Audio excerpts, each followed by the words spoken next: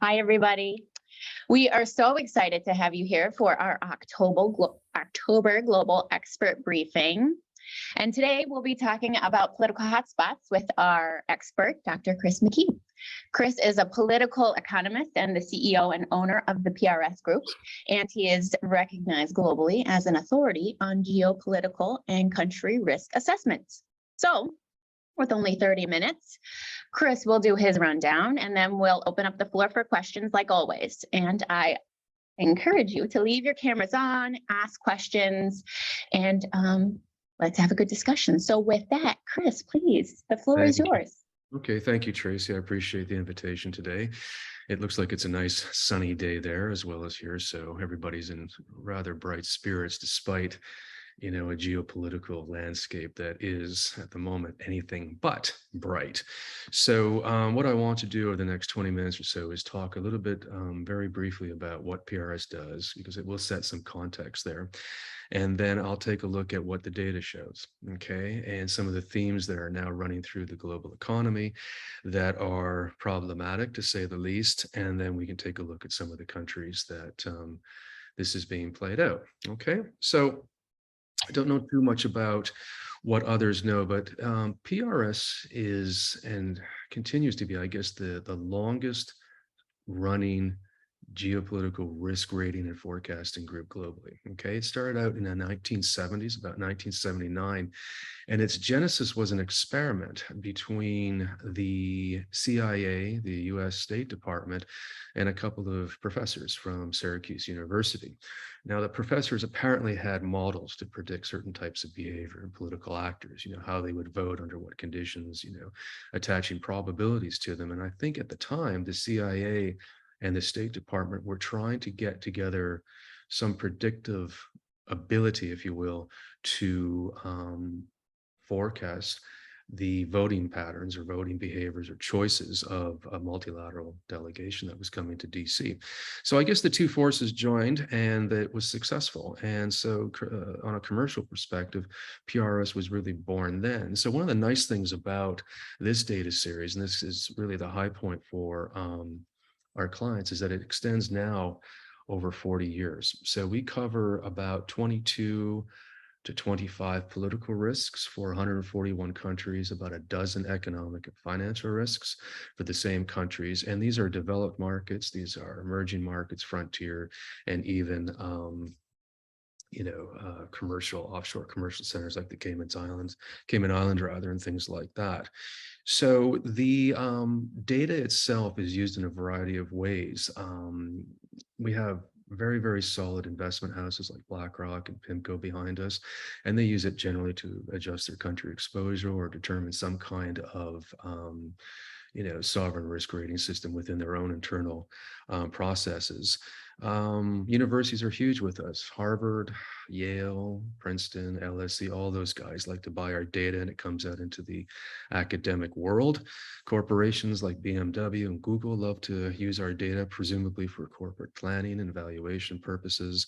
And then there are, things like the central banks and the Treasury Department and so on. So it's a nice little cross-section of clients that use, again, the data in various ways. So what does the data show? Well, I remember talking to a group out of London about, I think it was the first month into the pandemic. And I said, one of the things that we're seeing across a number of different countries for various reasons is this notion that price pressures will probably begin to increase very soon. Nobody was really talking about inflation at the very beginning of the pandemic, even though there were signs of it throughout our models in different countries about a year and a half before. And to a large extent, we saw this coming because it has happened, obviously, in a cyclical way. And I think the last time we had this kind of movement, not generally across the board, but at least in the commodity sector and the strong US dollar, was about 12 or 13 years ago in the late 2000s, 2006, 7, 8, 9, and so on. And so one of the things we started to do, given some of these indicators were starting to show that inflation was going to be a problem, was began to adjust them. Okay. And one of the things that you'll find with our political risk indicators is that they tend to work in sequences. So, for example, if we have conditions where inflation might prove to be negative for, say, consumer confidence levels, which we measure, or for unemployment, or for social discontent. These things tend to get connected, and they do then affect other parts of our methodology, whether it's government stability or what we call investment profile, which details everything from repatriation policies down to payment delays. So it's a really nice kind of sequencing and a very sort of malleable model. It's not just sort of an opinion that's being given. It's something that we use to get a good objective cross section of risks across countries, as opposed to just simply relying on opinions. So we saw liquidity, excessive liquidity at that point in time. We saw a stronger U.S. dollar, and if you start to look at some of the things that we're now focused on in terms of the problems affecting the global economy, which is now spilling over into governments, those were the antecedents. Okay, and we went back, just as a side note, we went back to the late 2000s. And the last time we saw this on a very small level or smaller level was in the Middle East. There was price inflation throughout the Middle East. There was a lack of job opportunities. There was excessive bureaucracy in many governments. And there was what we call like a very shallow sense of democratic accountability across most of the Middle East. And at one point, one of our analysts started, and this guy was in Tunisia. He started talking about some demonstrations where one person in particular lighted himself on fire. And this was really, if you recall back then, the beginnings of the Arab Spring. So what we ended up doing was taking all of our models, if you will, across the Middle East and adjusting them to reflect the heightened risk from price inflation and all of those other things that tend to be a manifestation of that, from forms of social conflict or social discontent, all the way down to currency mismatches and the way in which that could impact a country's capital structure. So it was all there. And the nice thing about the methods is that when they began to test our stuff in the 1990s, they found that our risk ratings tended to deteriorate. That is to say, countries became more risky, in particular, about 3 to 6 months before the event was reported in the press. So it's a really, really nice early warning system. It's not that we have a crystal ball or anything like that, but we're just forced to think in different ways. And we're forced to think about the outcome or the probabilities or the consequences of certain things. And for the most part, it's a very clear pattern, the way it happens, if you will. And so a lot of what's been going on right now in both emerging markets and developed markets is not terribly surprising to us. So this is where, that some of the things that we talk about and people ask us to comment on are interesting, but they're not terribly surprising. Okay. So when we took a look at inflation and some of the consequences, we also knew, according to our methods, that this was going to play out in the balance sheets of governments, especially the weak ones, the ones that were loaded up with, say, foreign currency debt or US dollar debt. They had high servicing costs. Their revenues were in local currencies, for example, and they were getting weaker as the US dollar was getting stronger. And that began to have spillover effects into overall government stability. So when we saw Sri Lanka default, it wasn't surprising. Our ratings were already low for that country anyway. But what you'll find, or what we did find, and again, the ratings were adjusted and it's playing out in the developed market, is what's happening in the UK right now. Okay, because price pressures, unlike in the United States, which are high here, but they're not as bad or not felt as bad, or they are felt worse rather in the UK, really did a lot to undermine, I think, the overall stability of that government. So when the Brits were joking that Liz Truss was going to have the shelf life of a piece of lettuce, and in fact, it was shorter than a piece of lettuce. It wasn't all that difficult. The thing that did surprise us, though, was the way in which the policy apparatus fell apart with the mini budget. That was something that I think, as you know, triggered the bondholders of the debt market to go a little nutty and forced the Bank of England to intervene. So again, this is something, when you look at it, whether it's the beginnings of inflation, the way in which it trickles down into other aspects of political risk, and the way in which we look at countries, these are the kinds of things that affect both emerging markets and developed markets. Okay. Looking ahead, I don't know if what we're experiencing right now is going to end anytime soon. One of the things that we do talk about, though, is the extent to which it's pervasive. Okay, so usually when you had a debt crisis, or when you had pockets of discontent, they tended to be just that. They tended to be pockets. So there was the Arab Spring that was confined to the Middle East. Back in the 1980s, they had the Latin American debt crisis. So that was really focused in there. Here is something that I think is going across most countries, most regions. And so nobody is really immune to it. There are some bright spots in Asia we can talk about a little bit later on. And there are parts of Africa that are not impressive, but at least they're not being affected by, the same kind of problems that, say, England and other countries like that are being, exposed to, if you will. I think it's a little connected to the global economy, but the other thing that we're seeing right now, and we've been seeing this for some time because it does play into the war in Ukraine to some extent, is the way in which the jihadist movements and radical Islam is now becoming more entrenched and more widespread in the Sahel region of Africa. Okay, this is something that's not new, but it's becoming more widespread, and we're having what we would call, I guess, both international and local consequences as a result. So the jihadists are usually motivated by religious differences for the most part, but they're also motivated by, just a different outlook on the world, as well as a response to, governments not simply providing what they should be providing or could provide for the citizens. So when you see, as an example, another coup in Burkina Faso, and that was not an easy one, or that was not a difficult one to call, because it happens quite often. This is really an expression of the military being unable to control the conflict that's being generated in that area, and it's resulting in increased forms of government stability, and in this case, a higher role for the military in politics, and a very, very unsettled business climate. The consequence of that, at least on an international basis, is that some countries are removing themselves from the Sahel regions, such as France, and other ones, through mercenaries such as Russia, are moving in. So if we're going to talk about political risk in that part of the world, it's not just about now, taming the jihadist movement or trying to tame forms of civil war or territories being held. It's going to now, I would call it, almost reflect itself in a kind of Cold War that played itself out in the 50s and 60s in parts of Latin America and parts of West Africa. So that's something that we're working on, or we're looking at quite extensively. If we go forward again and look at the developed world, at least the developed markets, our real concern right now is the winter in Europe. Okay, and we're all aware of the price of energy and so on, and the way in which it's now generating kinds of social discontent. We watch France, and I'll be in Paris next week anyway, so this will be nice to see. But the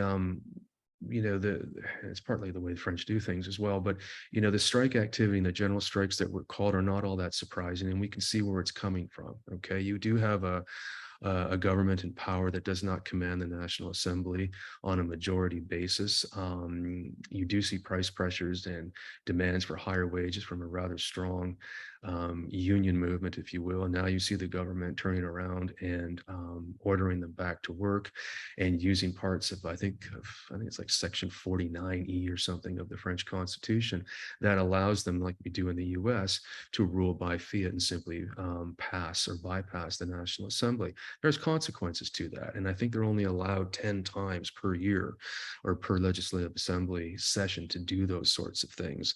So you have some strike activity in France that we're worried about. You have a rather shaky coalition in Italy. I was quite bullish on that country going into it because the demands of the EU and the weakness of the economy tends in history at least to pull governments and shaky coalitions together because they don't want other elections and they do rely on the EU for funding.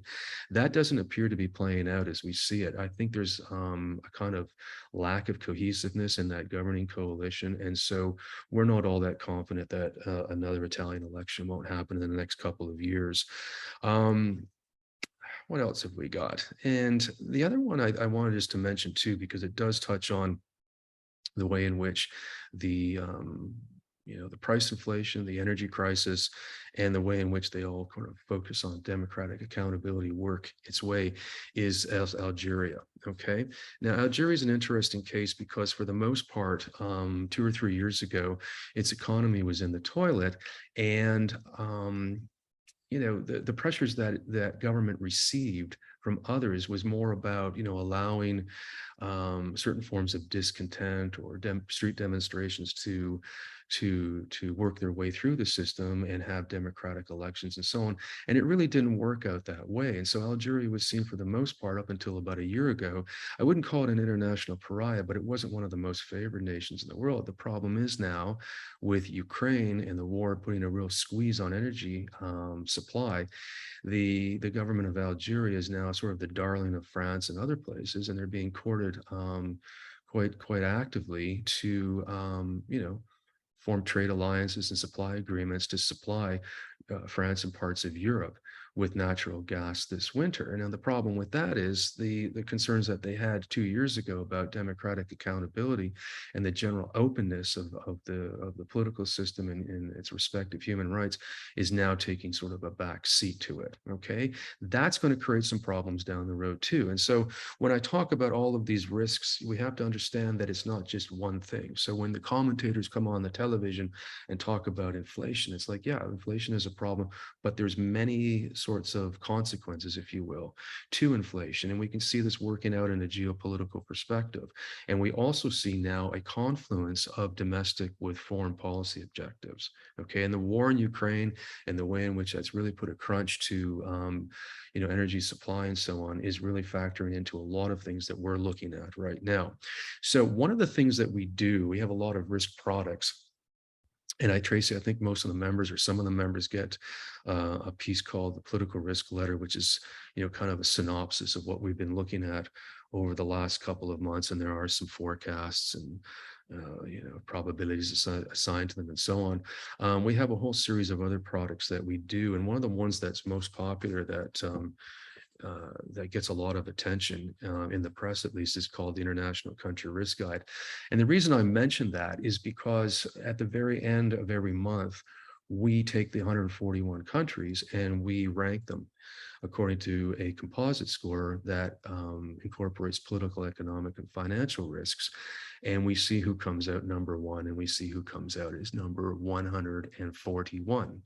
So I don't know if anybody can answer this, but do we know who, or can we hazard a guess on which countries in the world or which regions of the world are becoming the better investment destinations versus the ones that are not becoming the worst, or at least less or more risky? Can anybody take a guess? Or even tell me, where do you think the US ranks in all of this? Does anybody know?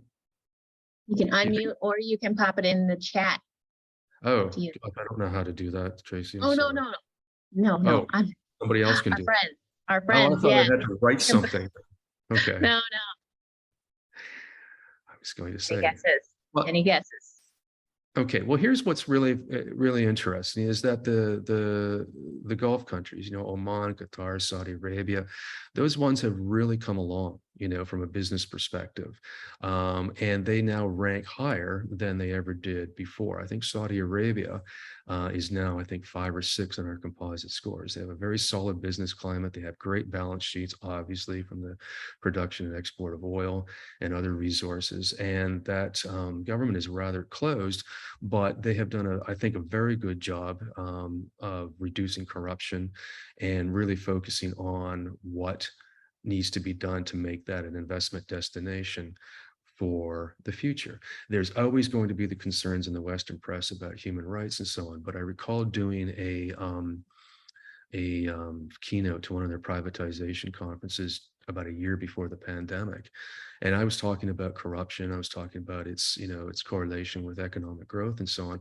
And they got it. But the thing about the privatization process there is it's not just about selling off oil companies or refineries. It's a whole huge thing about intellectual property and the role that the public universities play and what they do and to what extent they will become privatized or their products will become private consumption or available to private consumption.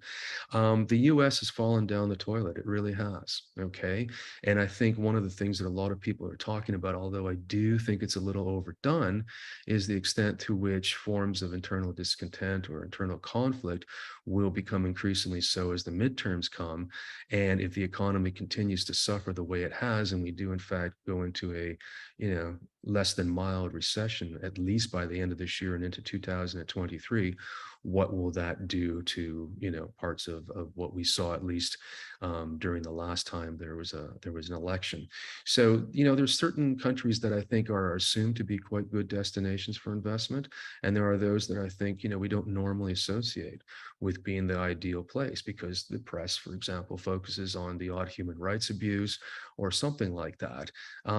So the one thing that we do really appreciate when we do talk to clients and so on is that unlike, say, what the Financial Times or the Wall Street Journal reports, and it's very good, don't get me wrong, we tend to have a much more nuanced view of the world and the way in which it works. And so we're really able to advise clients on what is it like doing deals in say Algeria, or what is it like doing deals in Saudi Arabia and places like that. We have the data, we have the forecasts. They tend to get back tested quite well. So it works for us. So I've talked for about 24 minutes right now, so which is pretty close to what I was assigned. And I really like to answer questions. I can tell anecdotes all day if you like, and sometimes they're fun. But I just wanted to tell you a little bit about what we do and what we're looking at, and some of the ways in which we see the world unfolding, either in a positive way or in a negative way, over the next year or so. Okay, friends, any questions? You can unmute. You can type your question in. Okay, question. What are your thoughts on China? Diane. Can you be more specific, and I'll tell you why I'm asking? Just generally, or just, US-China relations, chances for business, is the climate becoming less hospitable? What is it? This is on their economics. Yeah, well, they've got a problem, and I think most of us are aware of what's going on. The real concern that we have right now, and it's affected us directly, is that now that Xi has, I guess, another time to go, the way in which the government will be clamping down on the private sector, if you will, is going to be, I think, much more aggressive, shall we say, in the time ahead. I mean, I think there's a plan right now, and I think there is less of a focus on export growth as it is to, grow the internal economy, if you will. And that is not, I don't think, the best recipe for what I guess most American or most international business was used to in the 1990s and early 2000s. We have an issue in China. Okay. We have quite a few clients, and now we're having trouble being seen in China. And I was told that the other day that PRS's website doesn't work all that well on the mainland. So it's okay in Macau. We do deals with those in Hong Kong. It's okay. But there's a surveillance out there now, I think. And I've talked to a lot of exporters, and they have to deal with the Chinese censors, and it's getting a little more tight now. So I'm not terribly positive on the economics of China going forward. um I think the politics right now are going in a way that we haven't seen for quite some time, maybe since the 1970s or 60s. And we'll see what happens. We'll see what happens. But it's certainly not what we've been used to over the last 20 years. And I think as far as that goes, the risk profile of China has deteriorated, probably according to our scores, if I can recall now, steadily over the last year and a half to 2 years. Okay. Okay, Diane wrote back and says some of our customers in China have had a hard time paying their bills in China because of shutdowns, problems doing payment runs. Yeah. Yeah.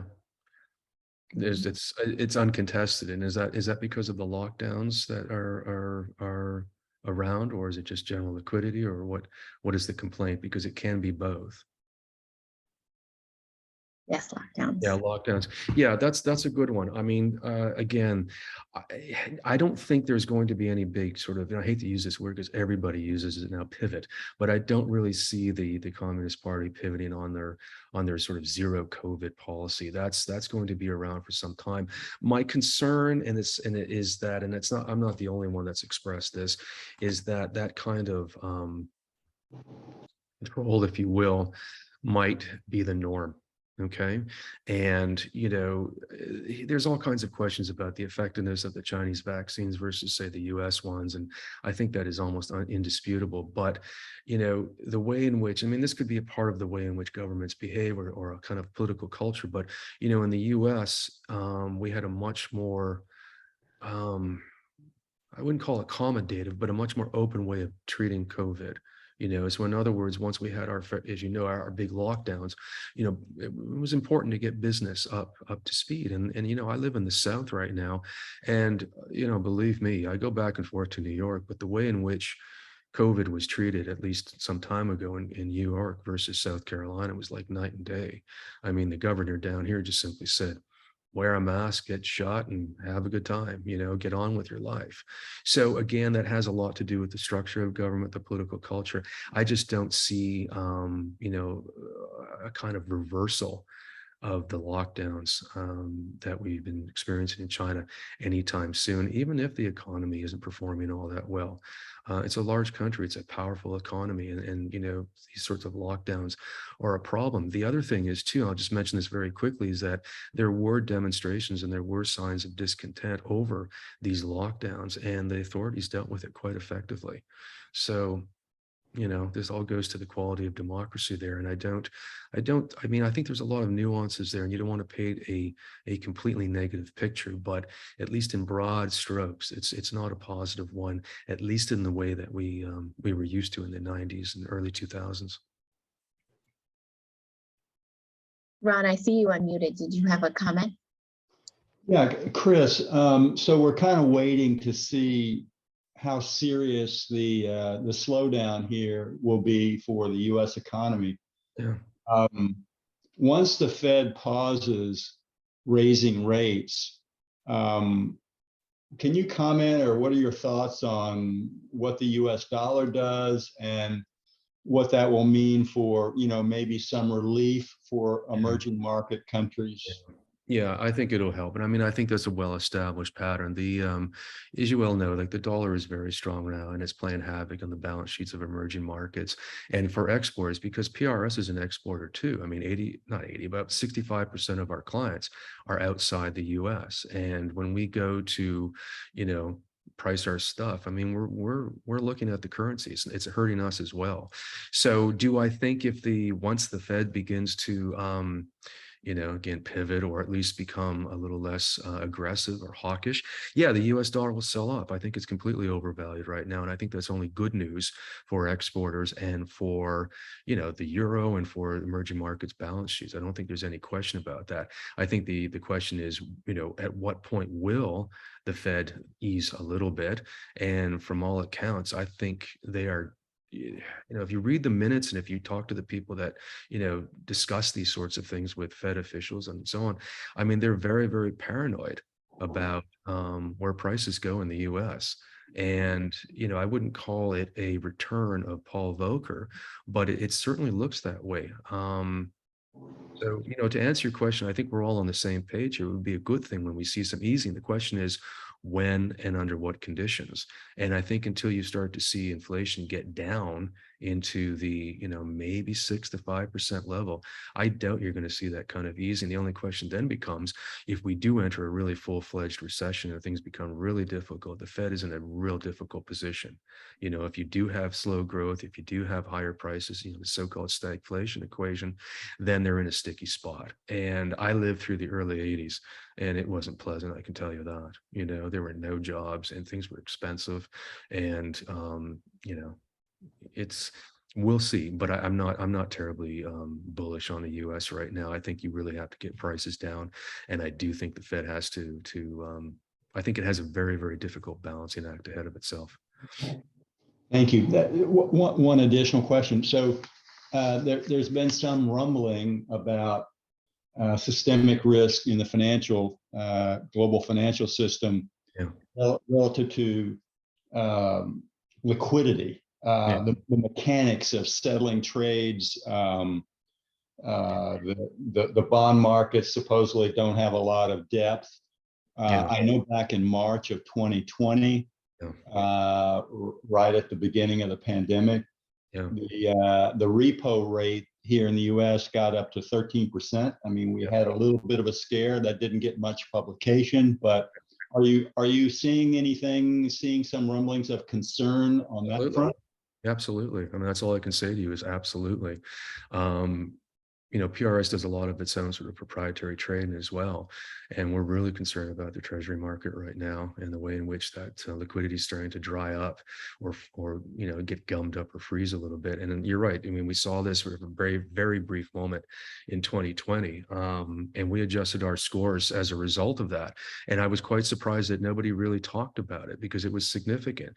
But you're right. The only thing that kind of saved the issue in some sense is that it was short-lived, and things began to, sort of calm down a little bit. But yeah, we're concerned about that's, I think, something that a lot of people should be paying attention to, and they're not. And I don't know why, whether it's an expertise issue or what, but I think, companies or broadcasts like Bloomberg and CNBC should be really spending a little more time on that topic, because that's a scary one. If nobody's buying that, that's going to be a problem. So I'm completely on board with that one. And, more, like I said, more attention ought to be paid to that and its implications. Absolutely. Because then that's a real problem. I mean, if you think of inflation as a problem, well, the levers of finance seize up, that's an issue. Okay. So sorry to bring you all the gloomy news. It doesn't have to be that way, but it's all there. Like I said, it's a time in the world that I haven't seen ever, and I've been around doing political risk or geopolitical risk since, I guess, the mid 90s. And, most of these flare-ups of these problems were regional. You had the Asian financial crisis and so on, but now it's almost a global scope. It is. And it should be challenging. It should be interesting to see how it works out. Okay, we do have one more question, and just some quick thoughts. So from Frank says, well, we are seeing more activity in Peru and Argentina, in Latin America and South Korea, Japan and Vietnam in the East. What are your thoughts on these markets? What do you mean by activity? What do you mean? Frank? Like commercial activity, like trade activity? What do you mean?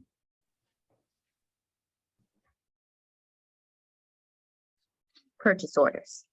Oh, yeah. Well, yeah, it's tough. I mean, I think, I can just sort of cherry pick this one. I mean, Vietnam, I wouldn't say it's been a bright spot for us for years, but it's been one of the less problematic Asian countries for a long time for us. When COVID hit, as you know, China was kind of, dysfunctional in some ways. Many companies, again, as you know, began to look for alternative supply lines, and Vietnam was one of them.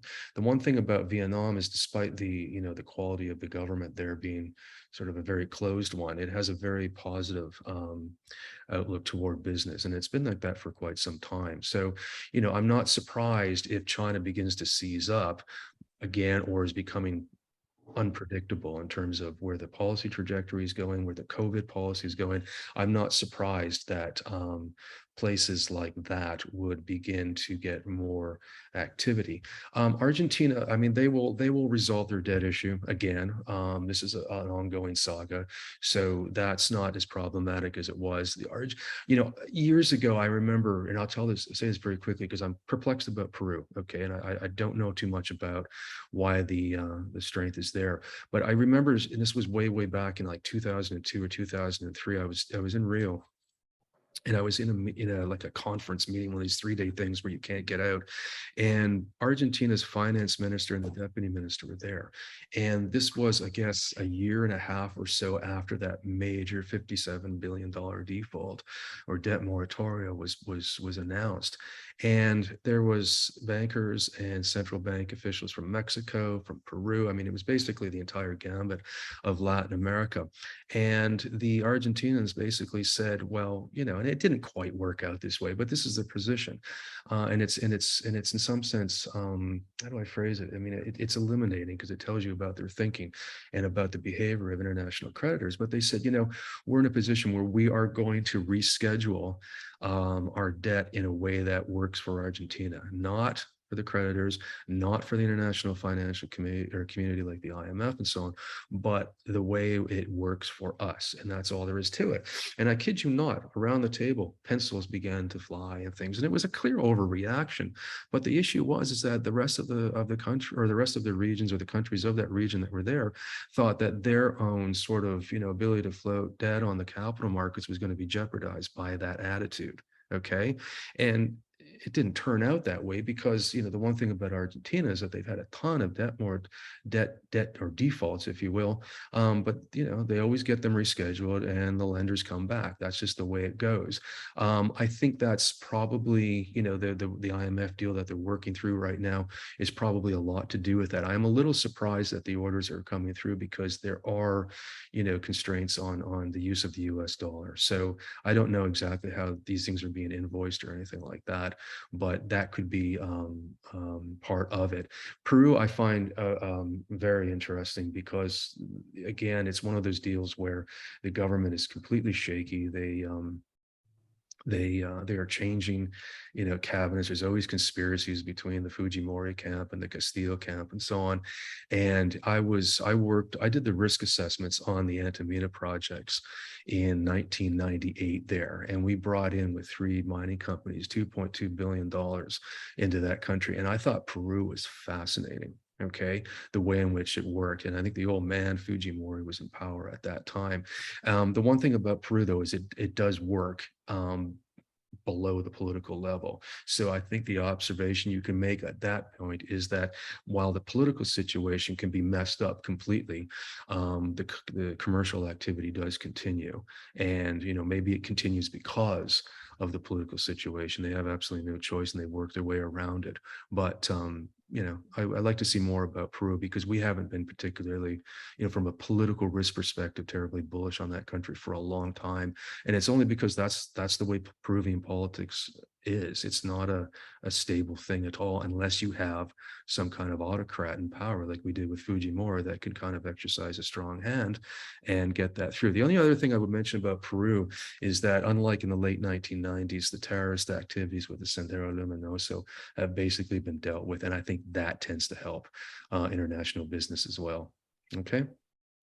Beautiful. All right. Thank you, Chris. All right. You're and welcome. Friends, remember, all FCIB members do receive a discount on the political risk newsletter and country reports from the PRS group. So if you're interested to learn more, reach out to David Anderson, or pop on our website under the credit and country reports tab, where you can find samples and ordering information. And Chris, with that, wait, I just have one quick question from a member who's not on the call. Mm-hmm. Is Argentina currently restricting dollar outflows that you're aware of? Like, have they shut off the tap completely? Not completely, but it's really restricted. Absolutely.